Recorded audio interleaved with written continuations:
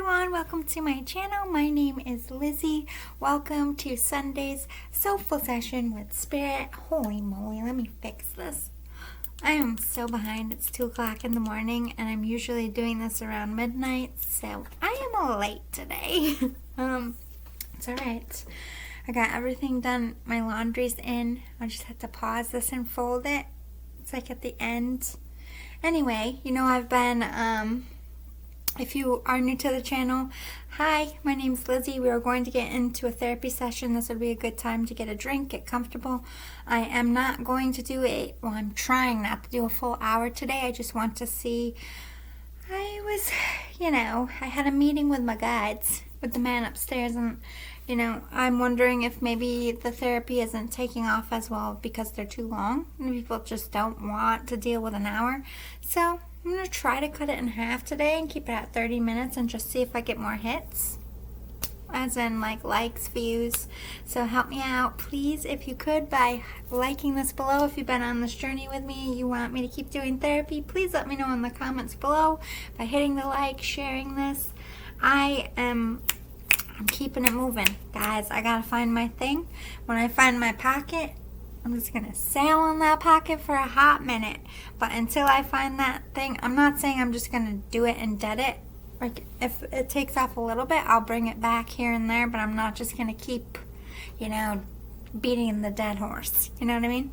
Alright, so I've been debuting shirts since I lost my weight. I can get in them. This one is so big and I'm so excited because when I started my weight loss journey, I couldn't even get this shirt over my boobs. Okay? So anyway, it's the You Make Me Smile, and it's got tie-dye like paint because you do make me smile collective. I appreciate you guys. I love you so much. Thank you for being a subscriber. Thank you for being a viewer. Thank you for being a supporter. I love you guys. If you are my ride or die, I am your ride or die. I will someone up for you. Don't mess with my collective, bitches. I'll bite them like a feral animal. I don't care. You know I'll go crazy hard for you, collective, because they hurt you. Alright, anyway, let's get into your therapy session. I'm not really crazed like I seem to make myself. I'm not a comedian, okay?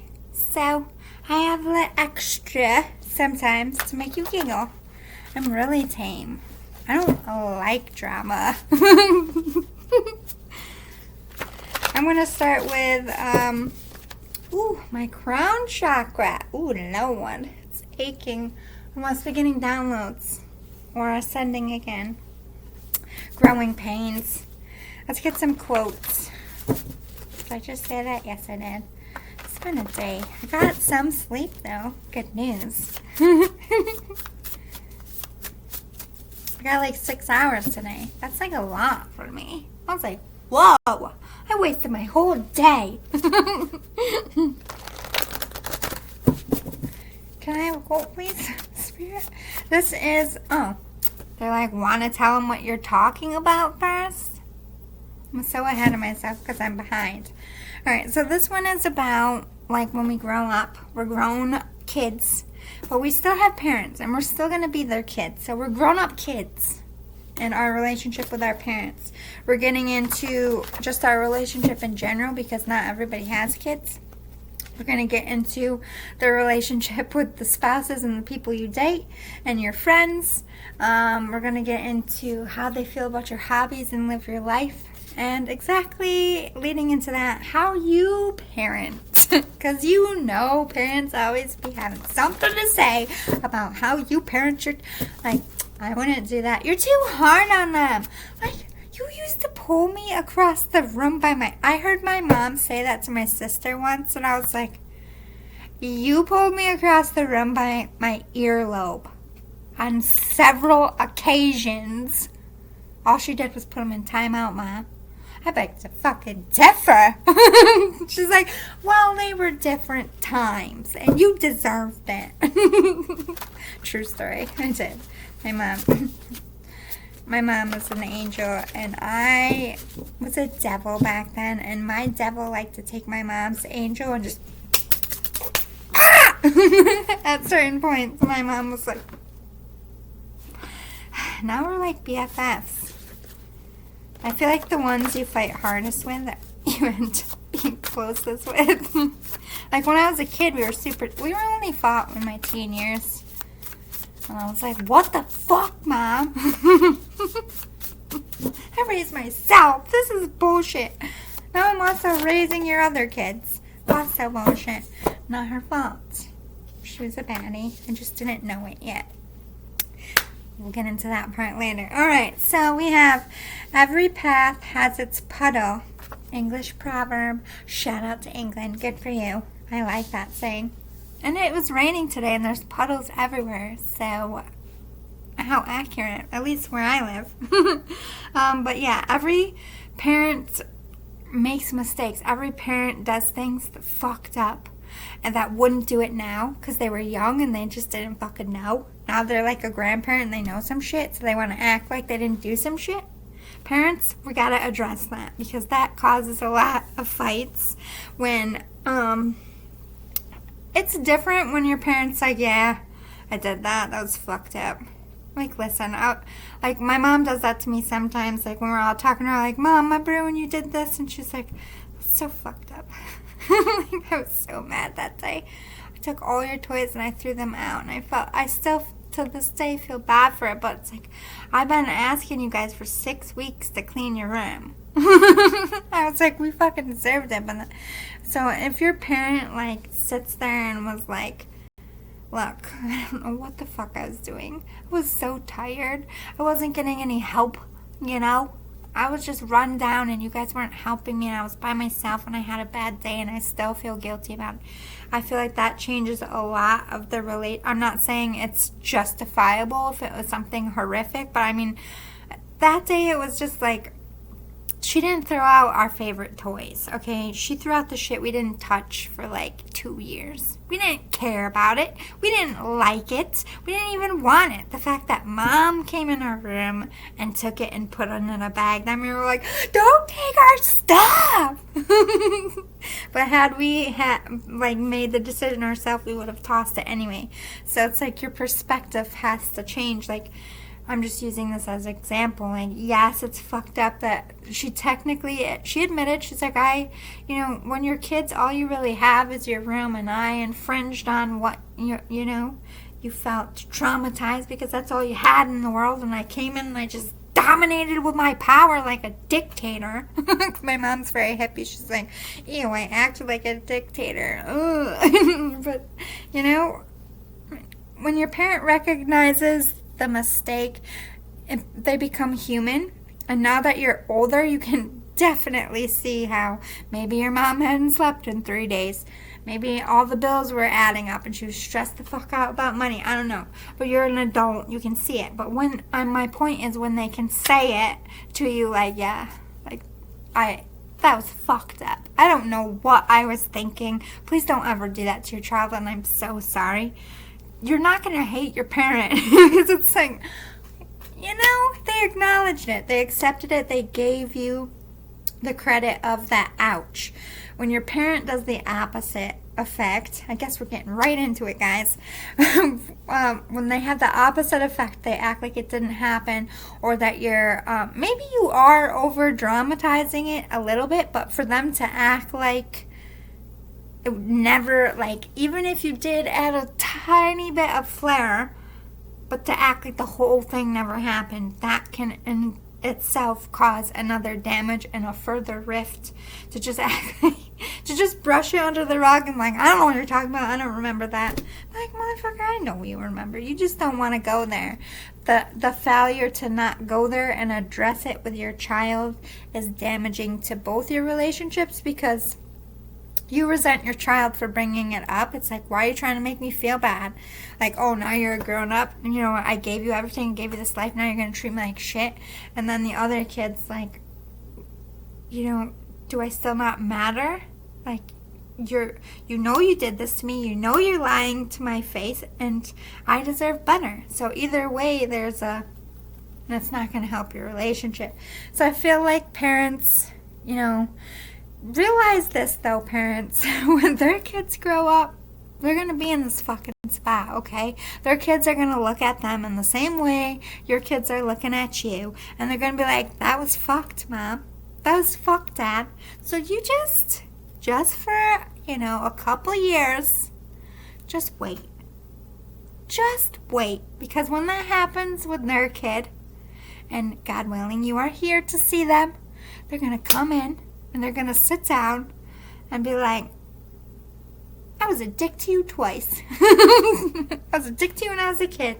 I was a dick to you when this happened, when we brought it up, and I'm sorry. My kid's a dick too. Is this just a part of being a parent? And you're going to be like, yeah.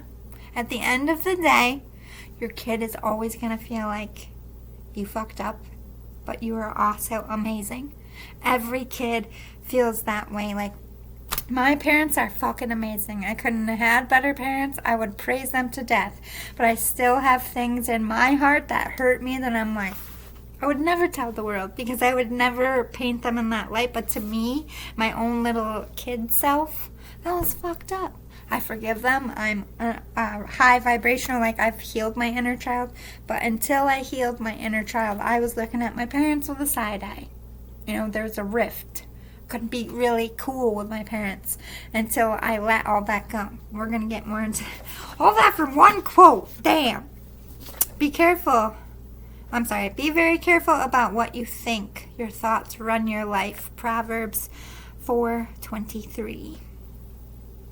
How you think about the other person is how you start to feel about them. So let's make sure other family members, especially our kids, like, we might think we knew what our parents were thinking, or we might think we knew our parents back then, but you as a parent hide a lot of shit from your kids. You don't go and vent to your kids and tell them all the inner shit that's going on.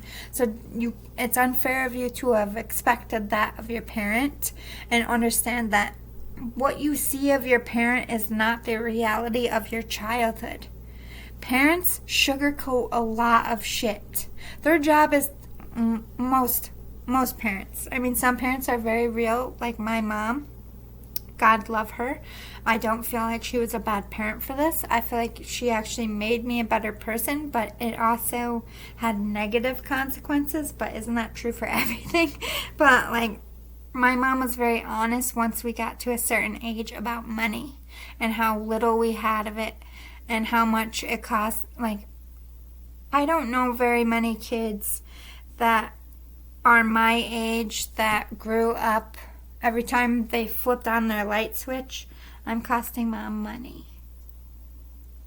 Every time I was in the bath or running the shower, the longer I'm in here, I'm costing Mom money. I'd come home from school, I'd make a peanut butter and jelly sandwich. That was me and my cousin's thing. My mom didn't have a lot of money. Our snacks were peanut butter and jelly because peanut butter was cheap, jelly was cheap, bread was cheap. I wanted 2 sandwiches because I really didn't eat much all day at school. I didn't really like the lunch food, but I only ate 1 sandwich because I didn't want to cost my mom too much money.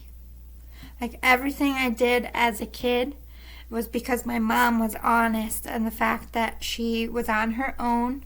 Like, my dad paid money in to help us, but he was getting his business. My parents were very young, early 20s when they had all of us. My dad was just getting his company off the ground. He wasn't making money yet.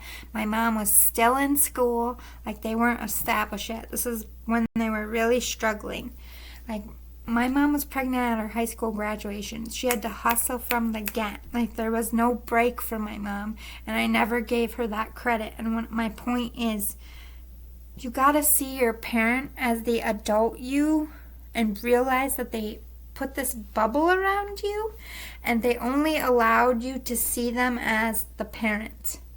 But your parent was somebody's lover, somebody's friend, somebody's coworker, somebody's neighbor. So what you don't know what was going on in that day. Maybe there was an argument with the landlord, an argument with the neighbor, an argument with their boss at work, or they're getting railroaded at work, or they have overtime and they gotta miss your birthday, or they're gonna lose their job. But you don't understand that as a kid, that you need to keep the job so that you all have insurance, and you gotta disappoint your kid, but it's not really your fault. You just have a dick boss. Like, all those things we do not think of or care to remember when we're children, but we need to as an adult. When we sit and think about all the things that make us upset about our parents, before we really sit and decide whether we're going to hash this out with them, look at all those factors first. Take yourself out of your little kid self and see your parent as just another adult like you. What was going on in their life at that time?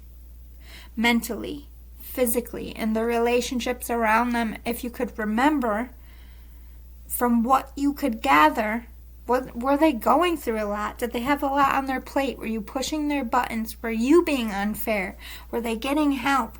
Did they have the tools in their box to even help you in that situation you were in? Because a lot of the times we don't give our parents that credit, and we don't give ourselves that credit either. And when we do give ourselves that credit, the anger almost immediately dissipates when you see the psychology behind someone's reaction. But also, parents, you have to understand that you shielded your kids. So now your kids are adults, and they need to get to know you as the real people you are. And those real people that you are might severely clash with the parents. And it's okay. Like, it's time for you to now just be friends with your kids. You're always going to be a parent, but when your kids are grown and they have kids, it's okay for you to be friends now. It's okay for you to have a different kind of relationship. And this is where all the parents get hung up there. Well, I'm the parent and they're still my child. But yeah, okay. They're always going to be your child, but this is the great part of the relationship. Now you get to be best friends.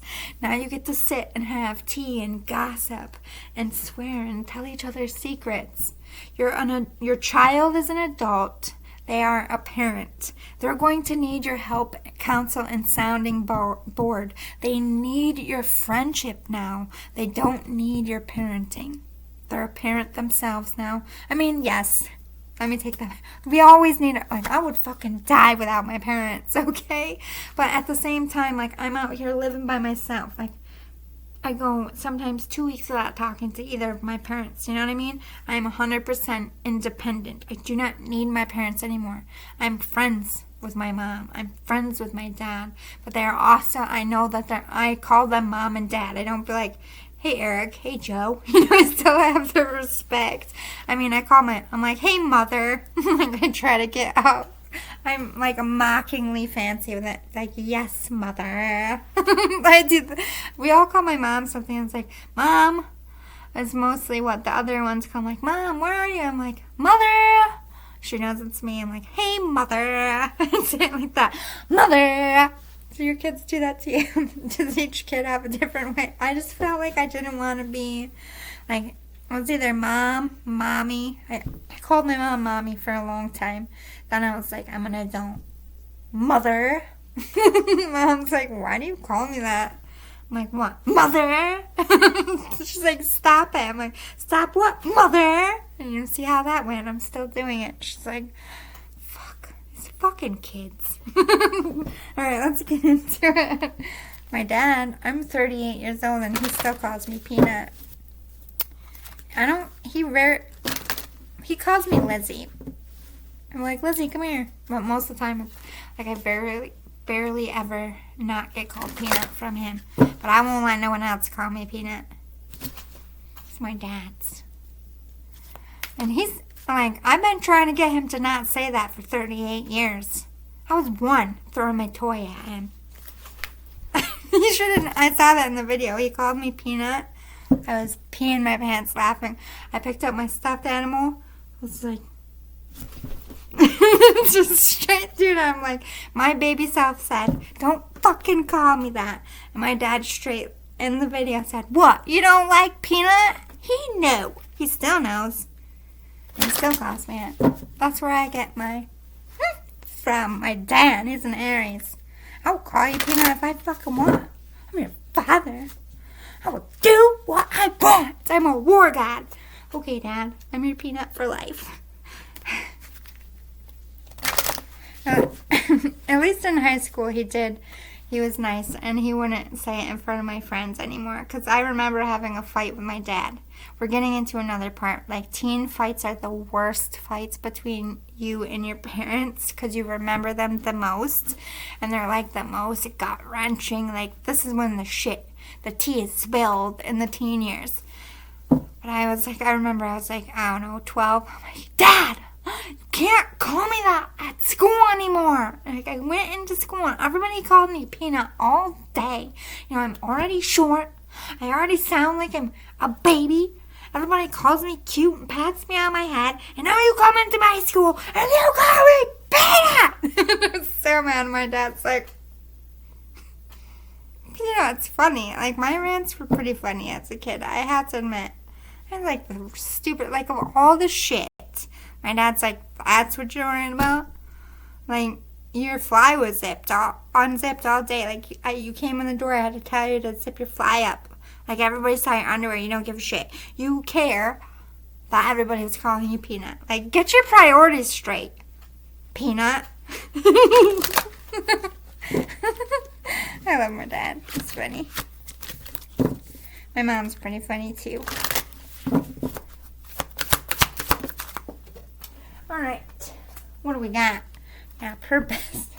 I feel like a lot of the fights in the teen years was like, what purpose does that serve? How many times did you hear that as a teenager?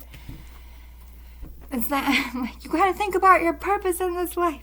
You gotta do something with your life. You can't sleep all day. Are you doing that for the right reasons? Oh my God. My teen years are haunting me right now.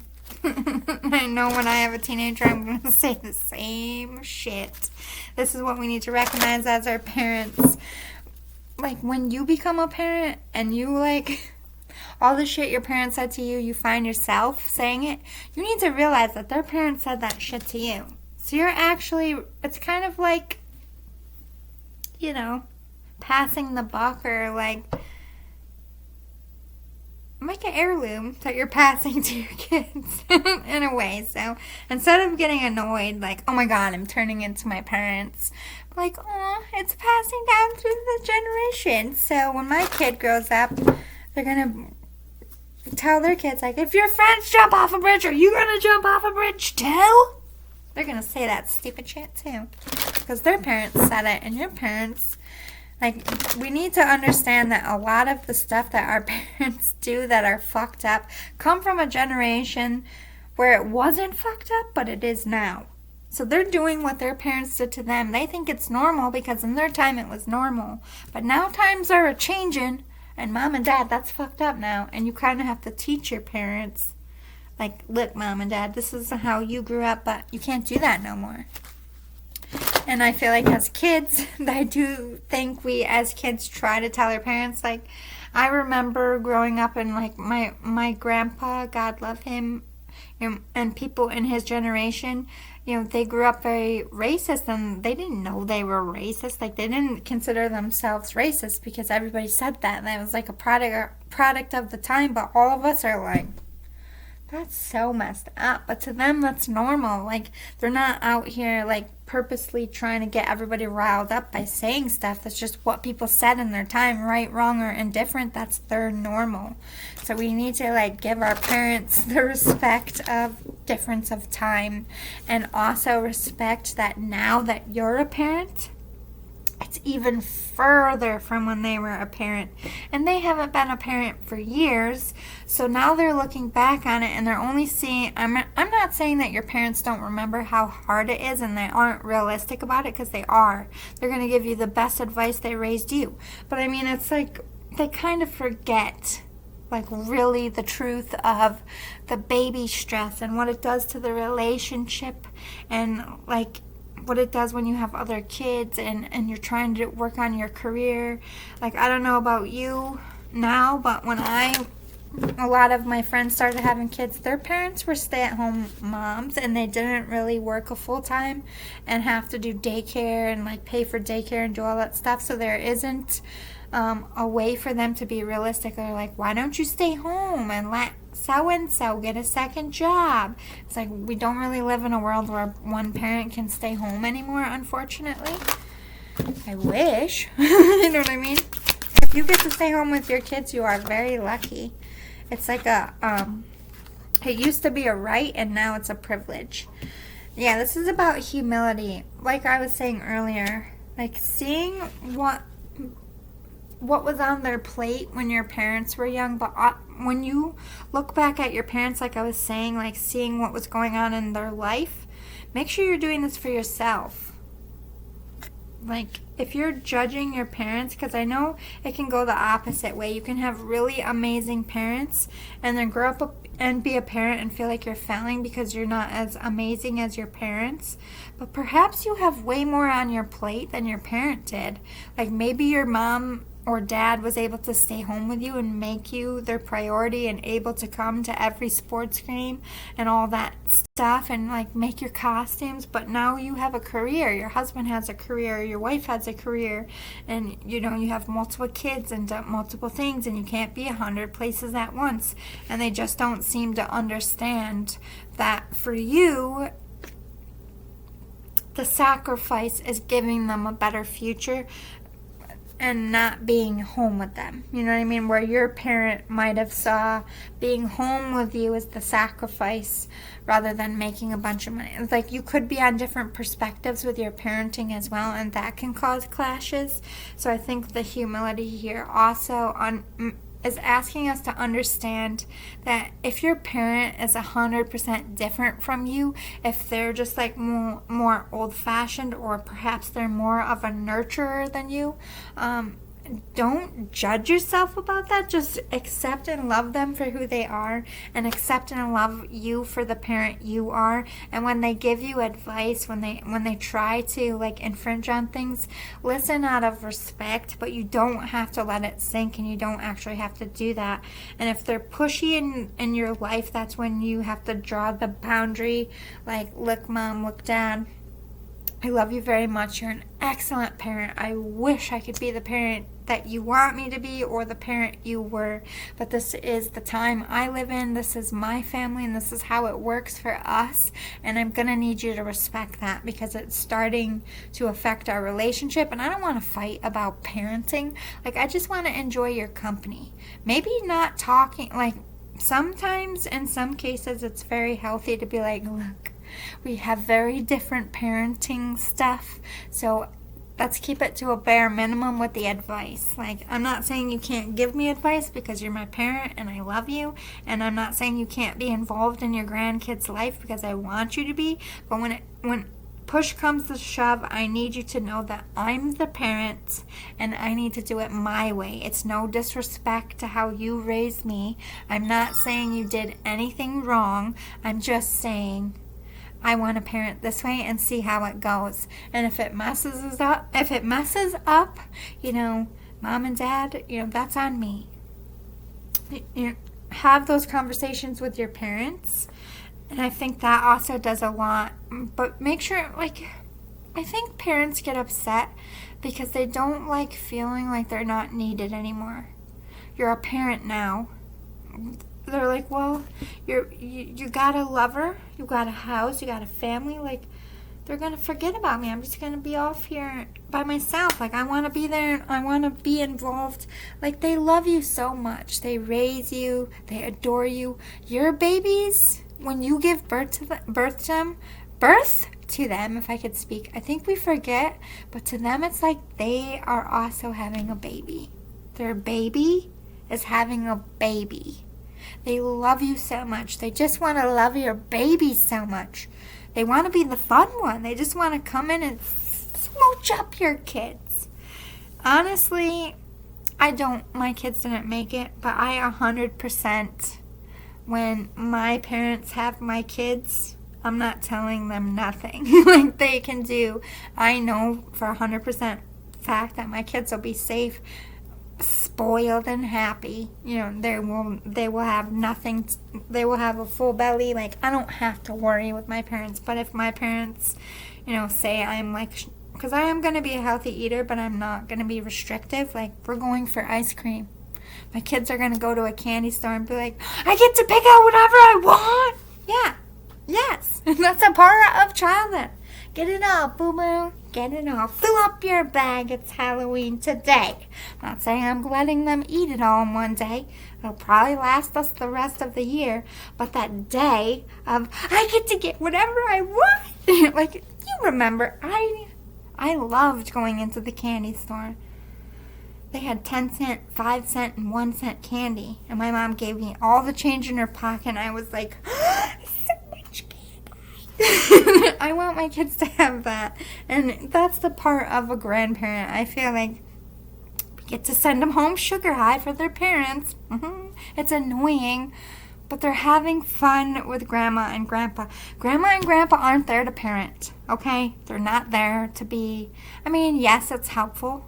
Like, when your kid acts up, of course, when you're at work and they're babysitting, they're going to discipline the kid. But if you are uncomfortable with the way that they discipline, I feel like stern boundaries and a conversation needs to be had so that no conflict comes up later. Because I feel like that's a lot of conflict, too. Like, I grew up... I don't think I got spanked more than, like, 5 times. I'm not saying I got spanked all the time, but... I got spanked bare ass, and I got spanked through the pants, and I got slapped in the face. So, one slap in the face. But it's like, I was a teenager, and I deserved it. But it's like, if you don't want your kid to be hit, but you know that they come from I'm not saying that it's okay to hit. I'm just saying it's a generational thing. We need to remember this. Have that conversation of, look, we have a no hitting policy in my house, and I'm not saying that you will. I'm not saying that you are a beater. I'm just saying I don't ever want to fight about it. So I love you, and don't hit my kid. Okay, great. Like, have those discussions in a respectful way. I have to pause and go get my laundry, and we'll get into a new deck. About that, laundry is done and folded. Not that you could tell. Alright, so we are at 32 minutes. I don't know if I'm going to make it under an hour because I don't want to force it either. But I want to talk to the people who didn't have the greatest parents. I want you to have some therapy here. This is for people who can't have contact with their parents. I'm going to just do it a little bit. I'm going to draw 3 cards and let Spirit pick the 3 things I need to give therapy to you for, because I know not everybody is given the best parents, and I'm very sorry that your parents let you down. You didn't deserve that. So let me help you. Could be, maybe you didn't know who your parents were. Maybe you were adopted. Maybe you had abusive parents and just being around them is just not good. Maybe they're in prison and you can't be around them. Anything like that. Maybe you're just estranged.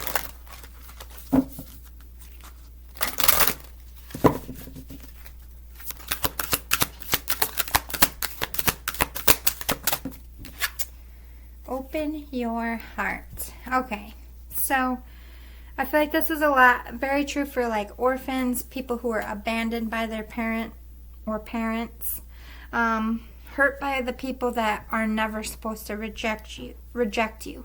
When you are technically, everybody is supposed to face rejection in life. Everybody. Nobody is immune to rejection. Everybody bites it, boo-boos. And unfortunately, in this life cycle, you had to bite it in the worst way. When a parent lets you down, either physically or just out of their control, whether it be death or life circumstances, maybe you're I feel like Luna's stuck. Luna, are you stuck?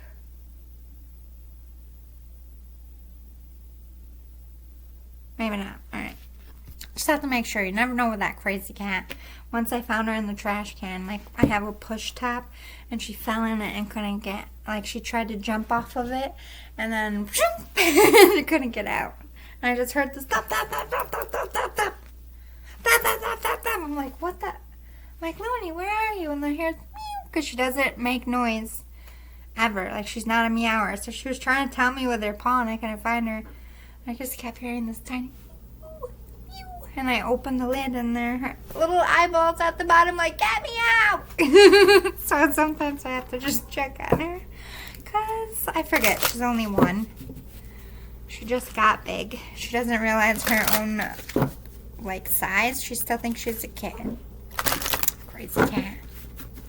But this is open your heart. This is don't allow your parents to, and their mistakes and their rejection make you feel like, one, it's because of you or that you're defective in any way, because that's the biggest lie you can tell yourself, and that's the first thing you tell yourself.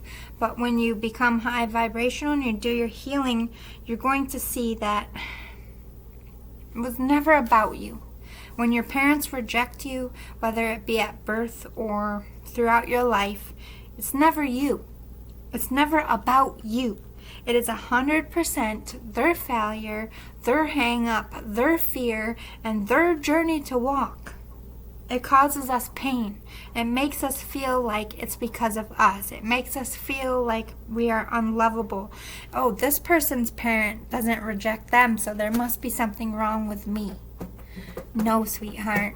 There was something wrong with your parent or parents. And if your parent just died, there is nothing wrong with you. And there's nothing wrong with your parent. And it's not, the world is not against you. The universe is not against you. We all, every single version of every single life, you would lose somebody that you love the most. And no matter what part of your, like, maybe none of your friends lost a parent. Okay, but maybe unfortunately your friend's going to grow up and lose their spouse or their child or their parent when they're older, and they're going to come and you're going to be able to counsel them. Everything clicks into place exactly how it's meant to, even when it's fucking shitty. Because even when that shitty thing happens, it does something to your heart that puts you in the right place and the right time down the road for someone else because of that wound. Because of that moment of, I'm closing my heart because of this pain. Okay, well, you had to overcome and transmute it, and now your heart is open again. By opening that heart again teaches you about yourself, your life purpose, and makes you see that it was never you. They never rejected you. They weren't running from you, the child. They were running from the monster in their head, the insecurities in their mind, the devil on their back, whatever it was. It was them and their demons. It's theirs to carry, and theirs to transmute, and theirs to ask forgiveness for. For you is for you to realize you never needed them at all.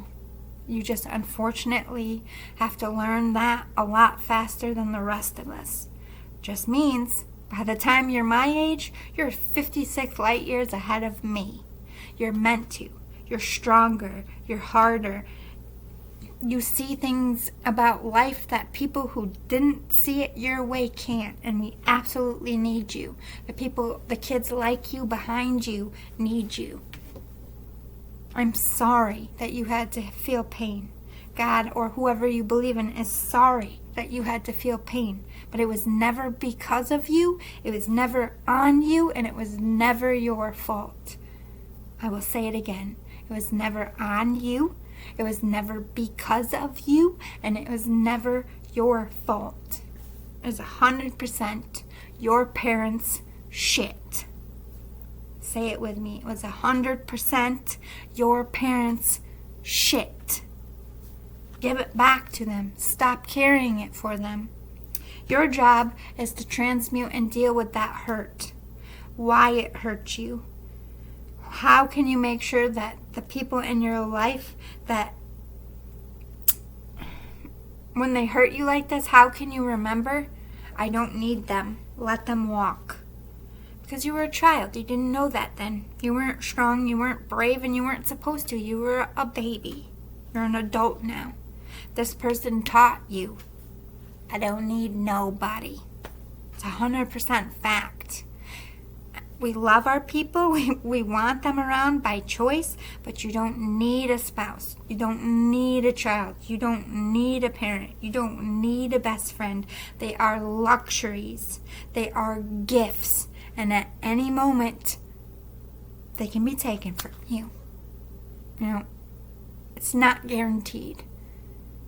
So we as people always have to learn that we are our own home. We are our own best friend. We are our own lover. We are our own support. We are our own family. So that no matter what anybody else does to us on this life, we're good. We're solid. Solid as a rock. Yeah. That's what you had to learn from this parent's bullshit. Or that's what you will learn when you go through the steps and you work it. You will be the most badass, the most independent mamma jamma on this planet. If the people who were supposed to love you rejected you as a child, ooh, boo-boo. Do you know what that means? You're in God's club. You're one of the special ones. I don't know why the special ones have to suffer. We suffer in a lot of ways. But I honestly feel that's what teaches us humility.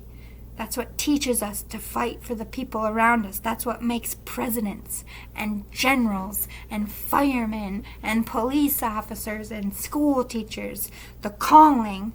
I learned something. I'm going to protect. Don't allow this life that you were forced into to taint the life you get to choose. That's the overall message from Spirit for that one. Don't let it ruin your heart. The best thing in life is you get to choose the family you want. You are given a family and you get to make and choose your own. So if the one that you were born into is shit, honey, you can make your own. And there's all different kinds of families. There's circles of friends. There's a banging ass career with a shit ton of cool co-workers. There's a lover and the babies you make, and maybe you become close with their family. That becomes your family. Make your own gosh darn family. You don't need shitty ones. We don't take nothing on this earth that don't vibe for our good. That includes our parents. So if they're toxic, if they're abusive, clearly keep your kids away from them. Trust that gut instinct. Earth angel, yeah. You're one of the chosen ones. Your heart was picked to go through something horrible, not because you are a horrible person and deserve it, but because you are the strongest of the children. You are only given what you can handle, little earth angel. So as your heart is breaking, the angels are scooping you up. They hurt, they break, they know that you have to go through this. They hate that you have to go through this. It's like when your kid has to get a shot, but you know it's for the betterment. Like they're not going to get a horrible disease and die. Like they need the shot, but it's going to hurt. And they're scared and they're looking at you like, don't make them do it, Dad, Mom. Don't make them do it. I don't want to get stabbed. Ah! Screaming like they're getting murdered in your parent heart. It's like, oh my God, okay, don't do it. Don't do it. That's God like, oh no. But you need it though. They need to make you an angel, an adult angel. And the baby needs to learn something. They hate it too. But it's a part of the process. This is how you make a warrior. Like, remember that movie 300? When they were babies? Like, I consider that a baby. They were sending them out there in basically diapers in the winter with a stick against lions. I would never let my baby do that. I know that my baby would be a badass for doing that, but still ain't my baby gonna do it. But God can't do that. He doesn't have the luxury. He knows that there is going to be big, mean lions out there to eat the whole fucking colony if they don't make you the one that knows how to kill that lion. So to spare all of you dying, they have to hurt your heart so that you save them all. You know what I mean? It sucks. It's shitty. Nobody wants to do it to that kid. But we need you, badass, to protect us all when we're older. And we have connect with music, new beginning, and spirit animal. It doesn't necessarily mean like if your parents hurt you, become a musician. You know what I mean? But I just feel like this is a lot of, look at all the music about, you know, people who hurt somebody's heart, including parents. Because of You is playing in my head by Kelly Clarkson. Perfect example of parents fucking you up, and you're growing up and you're taking your art, whatever it is that you love to do. Maybe you are a really talented attorney, so you turn around and you help kids getting abused. Or you're a really talented musician and you write a song like Kelly Clarkson did, and she told her story, and millions of kids that were abused listen to that shit and connect to it, and it heals them. Like, you learned a really hard lesson in your life. You grow up, and in your own way, in your own artistic expression, you heal someone that is currently in your spot. But you couldn't have done that without those shitty ass parents. I guess they're good for something. Motherfuckers. But yes, like I said, you're always going to have a new beginning. As a child, you don't get a say. But boo-boos, you always turn 18. You always become, well, if you're lucky, all the babies that died before they got to be an adult, I love you. But you know what I mean? Like, you get to choose the family. You get to make the family you want. Fuck that family. Go find your soul tribe. Spirit animal. It makes you fierce. It makes you connect to yourself. Like, I don't care what anybody says. Foster kids, people who grew up with one parent who got rejected, they're the most resilient motherfuckers.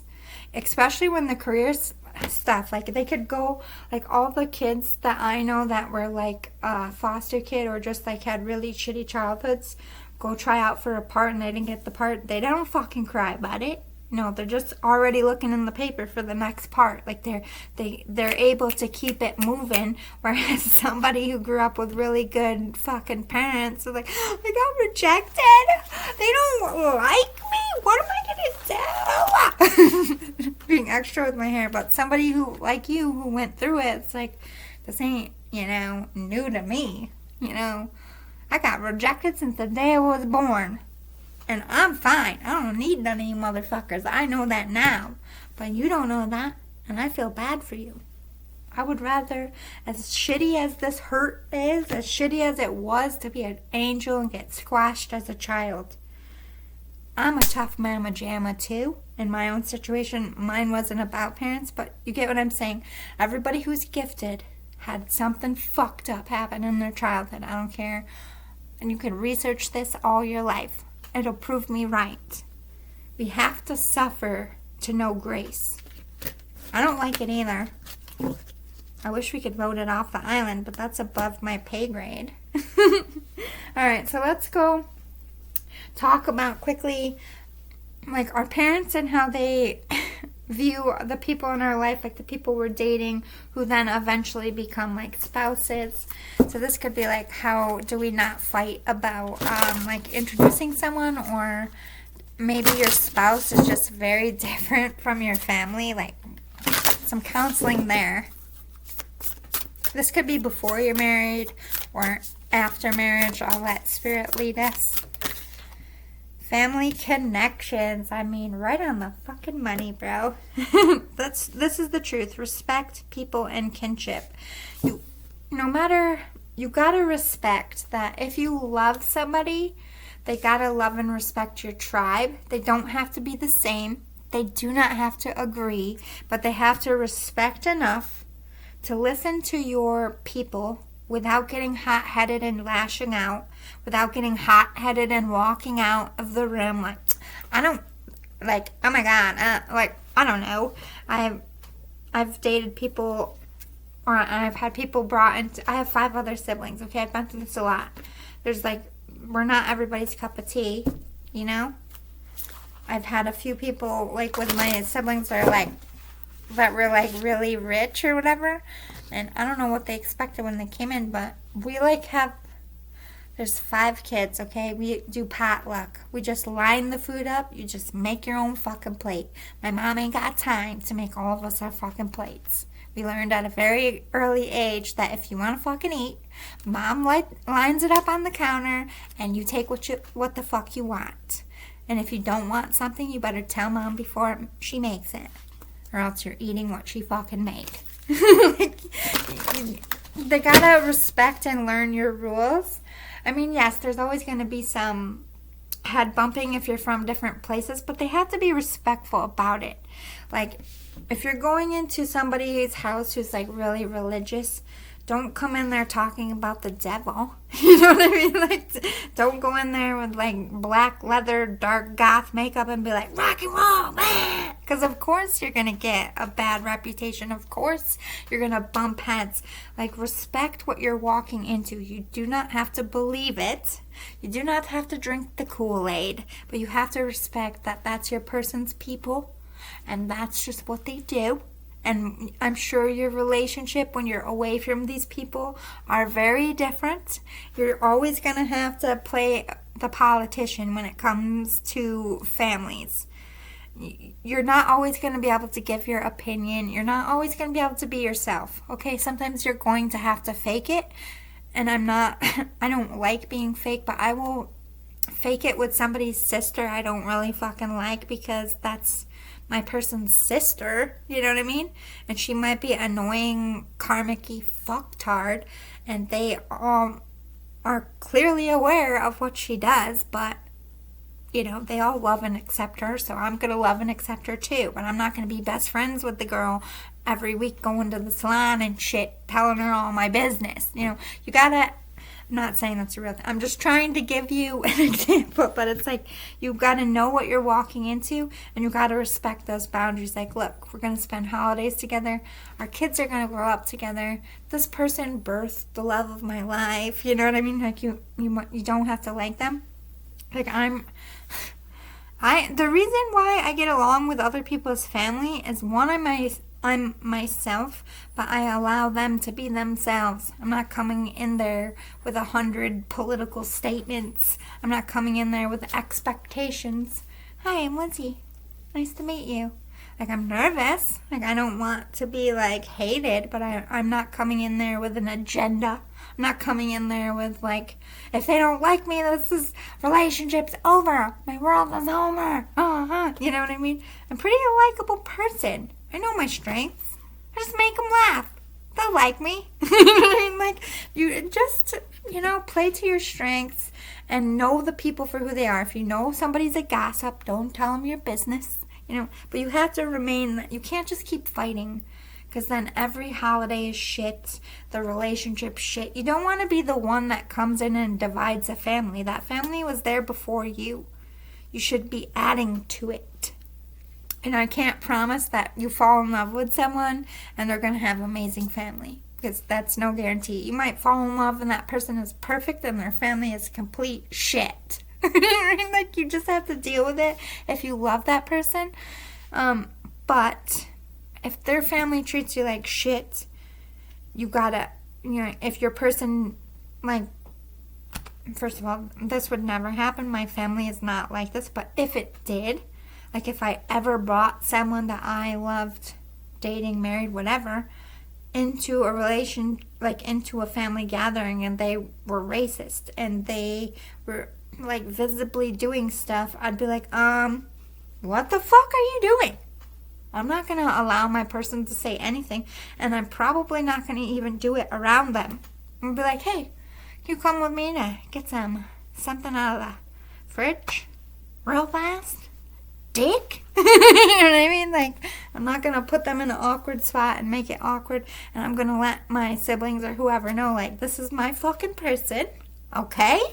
And You either treat him good or we're going to have a fucking problem. I love you. I don't want to fight with you, but we're going to have a fucking problem. And if that person doesn't do that for you, it's probably not a healthy connection you want to get into. But if their people are combative at you, like if they're always picking fights, like degrading you, like you don't need to be in that shit. Maybe it's best for, I don't know why I'm getting this as like, I don't feel like this, what Spirit is trying to say is like your family and you bringing in someone. I feel like it's your families not getting along, like your family and your person's family, and then beef. But you and your person are cool, and like your person is cool with your family and you're cool with their family, but your other families don't like each other type of shit. Like, this is when you as a couple have to say, look, like you gotta set those boundaries. You gotta have respect here. When it comes to your parents, if they're not gonna accept them right away, you know, tell your person that. Like, I don't know, they're weird, you know? They just need to get to know you a little bit. They're like, or they just have poker faces. They're just not emotional people. They like you, though. Like, try to explain, like, if you know your parents aren't, like, the most open of the bunch, try to give that impression first. Like, don't feel like they don't like you if they don't, like, really address you. That's just how they are.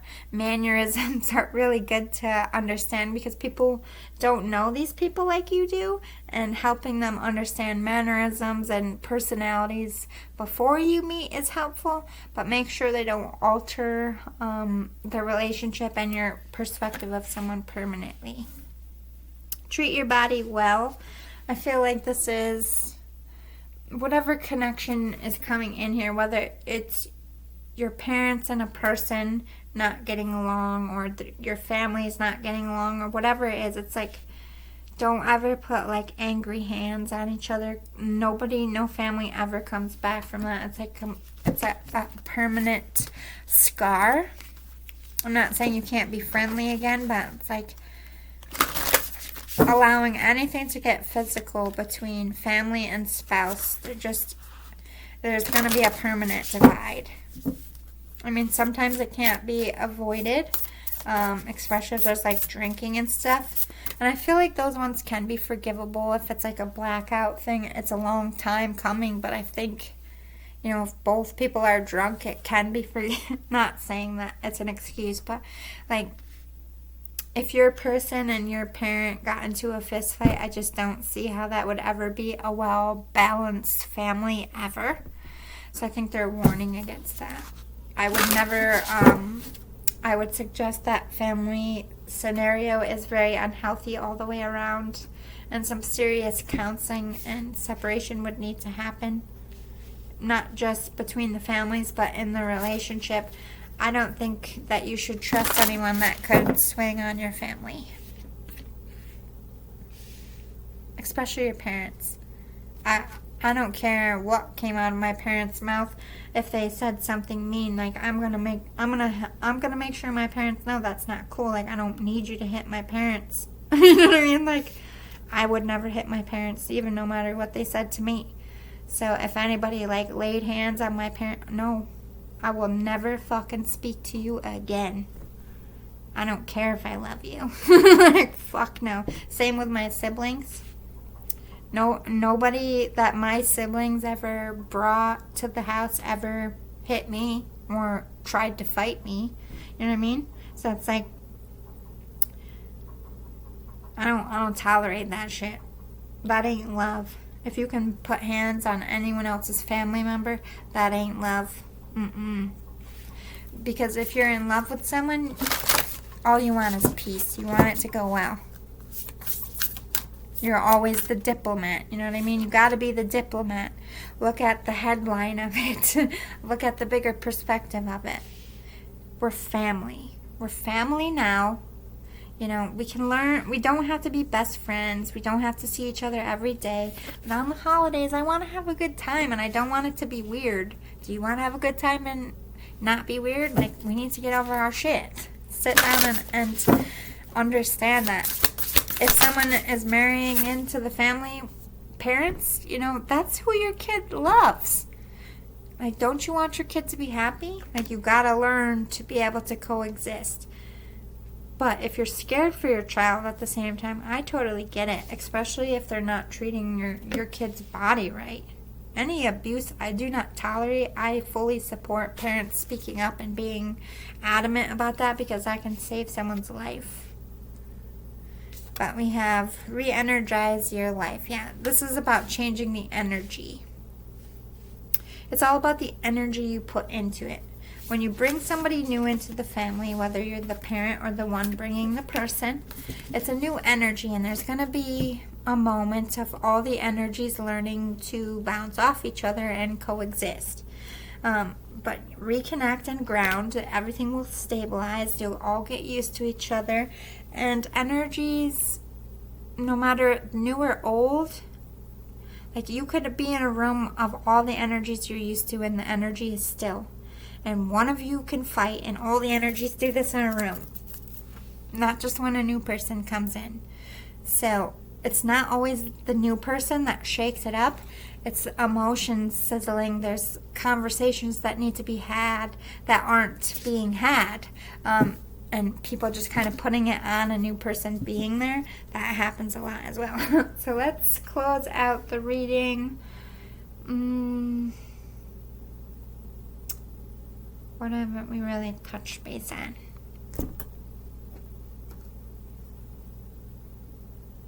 How they judge you as a parent.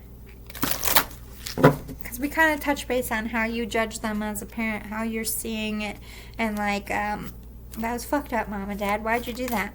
But let's see how parents judge their kids, because that can cause conflict as well. Brilliance. Yeah. Instead of pointing out what your kids are doing that is wrong, make sure you're always giving them encouragement. Remember when you were a parent, you didn't know what the fuck you were doing, and you just felt like you were a mess and like you were fucking everything up? Remember those moments and be like, honey, you're doing so good. I'm so proud of you. Always with the encouragement. Because I think when your parent tells you you're a good parent, it just means the most. You know what I mean? Your parent is telling you that. Like the person that raised you thinks you're a good parent. That means the world. Or if they are struggling, show them how to be a better parent subtly. Like, maybe they're struggling with nursing, or they're struggling with changing the diaper, or they're having a difficult teen years. Like, maybe take the grandkid out if they're a teenager and talk to them and try to see if you can get some information that maybe your kid isn't getting that could help. I wouldn't suggest always putting yourself in the business because that can cause a conflict, but when they're really struggling, sometimes people really need a sounding board and someone with wisdom who knows both sides of the story. Use that brilliance to be like, all right, talk to grandma. All right, talk to mom. All right, here's what we're going to do, kids, family. You know what I mean? Like, use your brilliance. Use your instincts.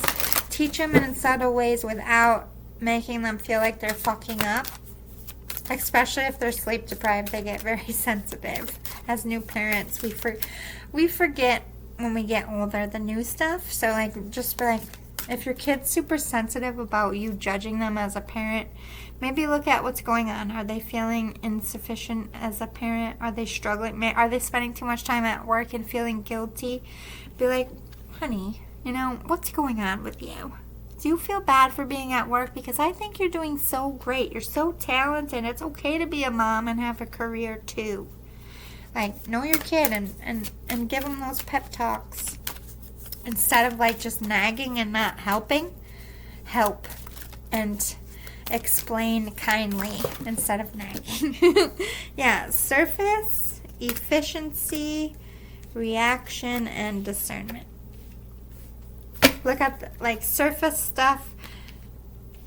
I think as the parent and you're like coming into their house and you see the mess and you see the disorganization sometimes, but you're not seeing that your kid's working shifts and coming home exhausted and making dinner and it's got to do baths and they just can't fit in cleaning and they don't have enough money for a cleaning person, and you're just walking in and you're seeing like lazy or a lazy parent. This place is a mess, and like those kinds of things can be really hurtful because you don't, like I said, you don't see how exhausted your kid is and how deflated they come home to the mess and they feel deflated. They want a nice household, you know what I mean? But they just don't have the time. So sometimes surface is literally like help them get organized if you have the time. Like my mom says the best thing her mom did when she was a new mom, she would just come over and do her fucking dishes and like cook up a bunch of meals and put them in the freezer. She would like do the laundry and clean our playroom and make our beds while my mom was at work. You know, my mom would come home and just cry because, you know, she was stressed out all the fucking time. She had all these kids. She had laundry stacked up. She had bills stacked up. And, like, she would just, I mean, it wasn't all the time, but when, you know, those happens, I would hear her get on, like, thank you, Mom. Like, oh, my God. You know, it helps so much. Efficiency with that time as well. Like, helpful ways that they can save time. Like, maybe you could, like, let's pick out our outfits at night and make our lunches at night and pack your kids' book bags, do your homework and snack at the same time so you get that done, like, before dinner. Like, teach them ways that you had to learn through years of parenting to help them. They're so appreciative.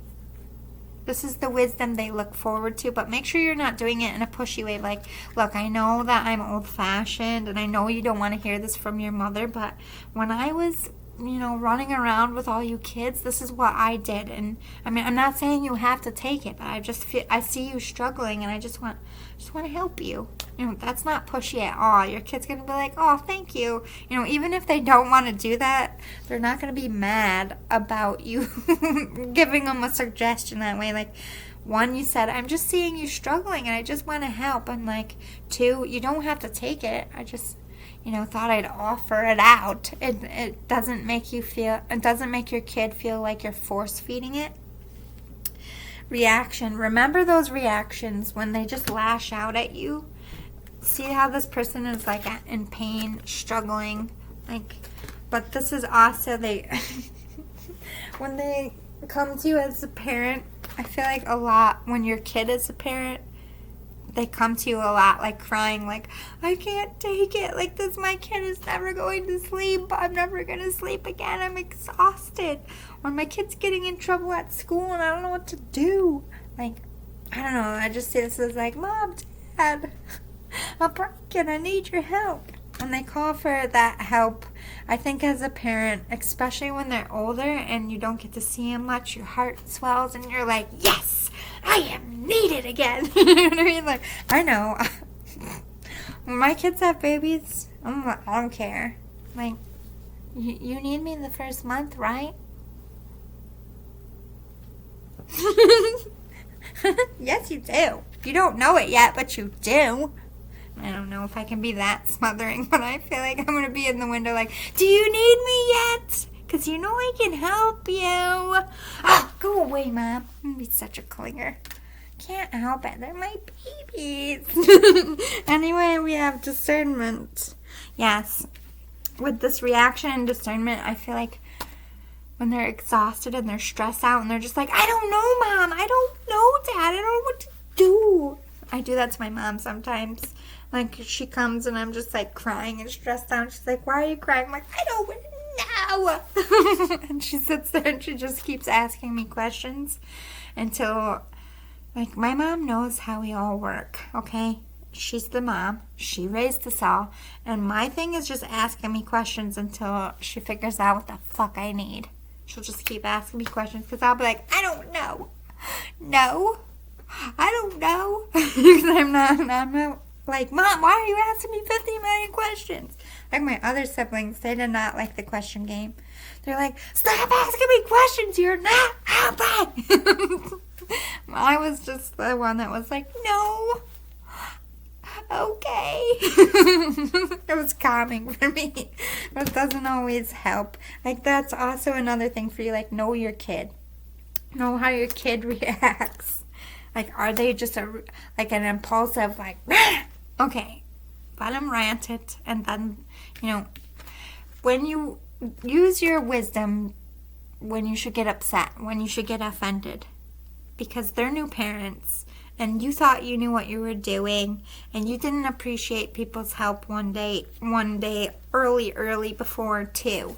So just be like, it's just a part of, ignorance. They'll learn. One day they're going to be knocking on your door, parents, like, I don't know what to do. How do I make this recipe?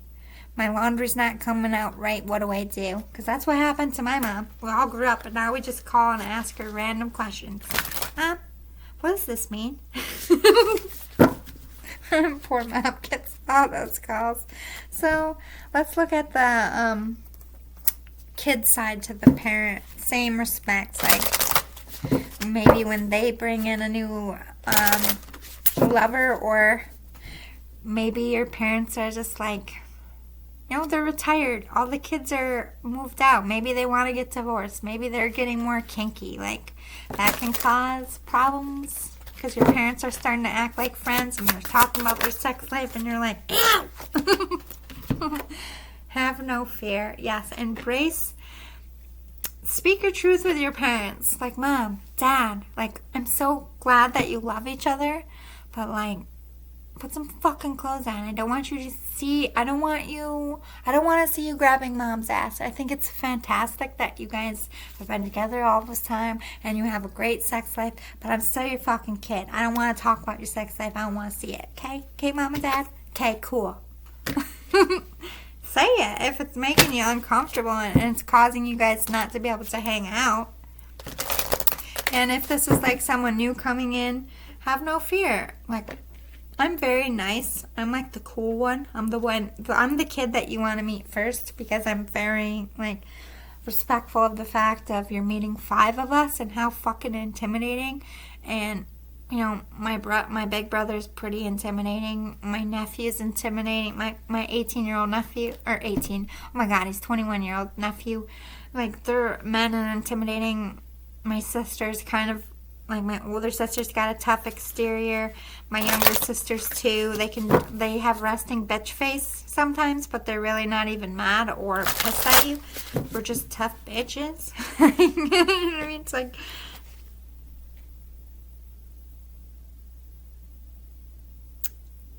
I feel like if this is like someone coming in that you don't like you treat my mom like shit, or I think you're just using her for her house or money. Like, in the past, my mom dated people. She's always dated people for a really long time. I never really had to, like, my mom's not a serial dater. When she dates someone, she dates them for a very long time.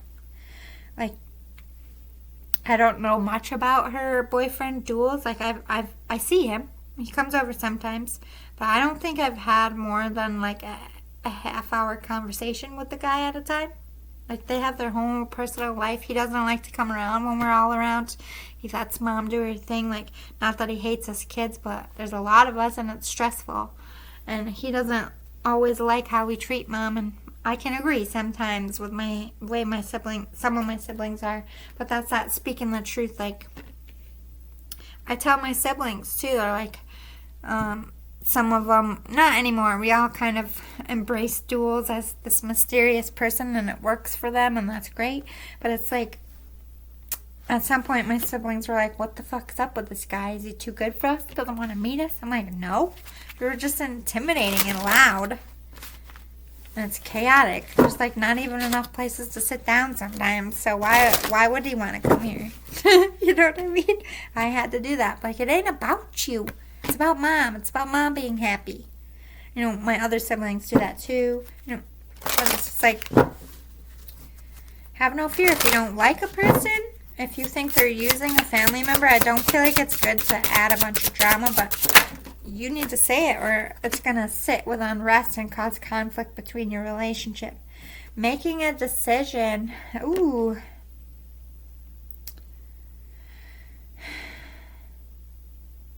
whatever it is, at the end of the day, that's your parent. If they are together and they want to be sexual, you can be like, look, it makes me uncomfortable. Most parents will tone it down, but some parents are going to be like, I don't give a fuck. This is my house. We've been together 50 years. I love my wife. I love my husband. If that makes you uncomfortable, sorry about you. Respect it. That's your parent. At the same time, if your parent brings someone in your life and into the life that you are, and you say you don't like them, you don't feel safe, and they still choose to be with that person, you can't let it affect your relationship. You can't put that boundary like, if you don't get rid of this person, I'm not going to come around anymore. Because if you know that person is bad, you're cutting off a help that they may need later down the road. They might just not be ready for it. Staying close to them protects that person. I'm not saying tolerate it. I'm not saying be nice to the other person, but don't destroy your relationship with that person because of a choice they made about love. That's not a good enough reason to cut out a family member. You do not have to accept the other person.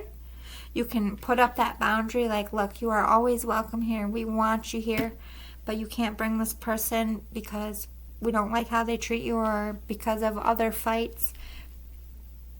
If that's what keeps the peace between everyone, that's the line that's got to be drawn. But I really don't see a lot of relationships working out when they're not allowed. That should be a serious red flag if your people can't even stand to be around them. Trust your angels and you are protected. Trust your parents' advice. They are your angels. They are your protectors. Again, these are the good parents. If you have bad parents that are abusive, don't take their advice. Don't leave your kids around them. You know what I mean? But trust that your kids are going to be safe with them, that they love it, and their main job as a parent is to protect you. And now that you are a parent yourself, or now that you're grown up, now it's your turn to turn around and parent and take care of your parents, because when they're older, they're going to need you. They're going to need you to be their angel and look after them, because it's almost like Benjamin Button. They go back to being children. They need help getting food. You know, they can't work anymore. They're going to need help paying for things in some cases. They might have to live with you. It's like, make sure the relationship stays good, because parents and kids, because parents, you're going to need your kids when you're older. Nursing homes are dying. I feel like it's all going to resort back to people being old, as it should be. There shouldn't be nursing homes. People should grow old with their family and be loved in their home and die safe and content in their beds. You know what I mean? Not in some hospital where nobody visits. But, like, there's a lot of mistreatments of nursing homes. There's not enough people. They're underpaid. I just see it going under, or just costing way too much, and a lot of people not being able to afford it later in retirement. So make sure, parents, that you are keeping that in mind, that this relationship is going to maybe one day be a live-in thing. So you might want to be better to their spouses, you know, because you're going to need them when they're older, and God forbid something happens to your child and you had grandbabies with that other person's spouse. If anything happens to your person, you're going to have to go to court and fight for grandparents' rights because you didn't get along with the spouse. Like, think long term. And again, kids, remember that now that you're older, you can be friends with your parents. You don't have to have that, oh my God, this is my parent. I mean, of course, your loved ones are always, they're your safe place to be yourself. So make sure you can always voice your mind, but make sure the way you're voicing it isn't something that's going to affect the relationship that you have with them or that they have with your kids or your spouses. Everything should be about unity. Everything should be about long-term. Spats happen, you know, family feuds happen. They're going to pop up. We are human. But when it happens, make sure that you are thinking about when things go wrong, like death, when you're older. Like, this is all you have in life. This is your support system. You have to take care of it. You have to make sure your foundation is strong, or all of your lives are going to crumble. As much as we don't need anybody, it is a joy and a comfort to have a family. It's a luxury. It's a gift. We should honor it and we should take care of it. And our parents, as much as they drive us crazy, they gave us life. They loved us. They took care of us. And if they didn't love you, you wouldn't be here without them. And without their lesson, you wouldn't be the badass you are now. And you can't tell me that you are not badass, because you are, if you've gone through that. All right, I hope this was helpful. I didn't succeed in my under an hour, but this is therapy. Like, I don't want to jip it, I could have cut out a bunch of shit blabs in there, but I still feel like it would have been over 30 minutes. And I feel like you need the message. I'm going to give it. I don't want to rush therapy. Spirit. But people, I think they're just telling me, spiritual-wise, my spiritual team, like, people are no longer really interested in long videos. Unless they're working, then you don't have to keep clicking videos, but people just like 15 minutes or less, so this is why I'm not growing that much on my channel. My shit is movie length long. Nobody appreciates that anymore. It's like on a big scale, like, you, thank you. I call you my 300s. Like, you're the elite, the smart ones. Like, you can't give a full perspective or full advice in 15 minutes. Like, what is the point of us being here if we're not going to do our fucking full message? So shout out to all my tarot readers out there who stick it out for these long assholes. Like, let the messages come out. Let's stop trying to condense our lives with these fucking shorts. Ugh. I was going to do shorts and I'm like, no, I'm rebelling. I'm old school. I bust my ass. I talk for an hour to 2 hours sometimes. I could make 115-minute versions of that, but you're missing all the shit. You need it in a lump sum. What is a lump sum? Happiness. That's what it is. Love your people. Love yourself. Love your kiddos. And, enjoy the time you have together, because life is short and you're going to miss them when they're gone. Remember that. Every time you're mad, remember them. When you go weeks without talking, you're gonna miss each other when you don't. One day, one of you isn't gonna be here, and you can't just be like, boop boop boop boop. What's good? Wanna hang out? So appreciate it while you can. Tell the people while you can that you love them, that they matter. All my family out there, I love you guys. My parents, thank you for this life, for loving me. I know it was bumpy for you and it's bumpy for me, and we're still in a bumpy lane, but I wouldn't want to be in any other lane with anybody else. I love you guys. Thank you. I owe everything to my family, here and gone. And I will say that until I die. And I couldn't be here without you, collective. And I appreciate you, and I'm thankful for you, and I hope that your family situations are good, and if they're not, it's okay. A little bit of work or a lot of bit of work. Put the work in, it can be good. Out of darkness comes light. There's nothing can stop me. I'm all the way up. I just keep singing that in my head all day. You should too. Yes, that's my motto. I like that song. Shout out to whoever made that. I can't think of it right now. The Weekends Die For You just bing right in my head, which is a completely different vibe. Whatever. I need to go. I don't want to do a love reading, Spirit. Toodaloo, boo-boo.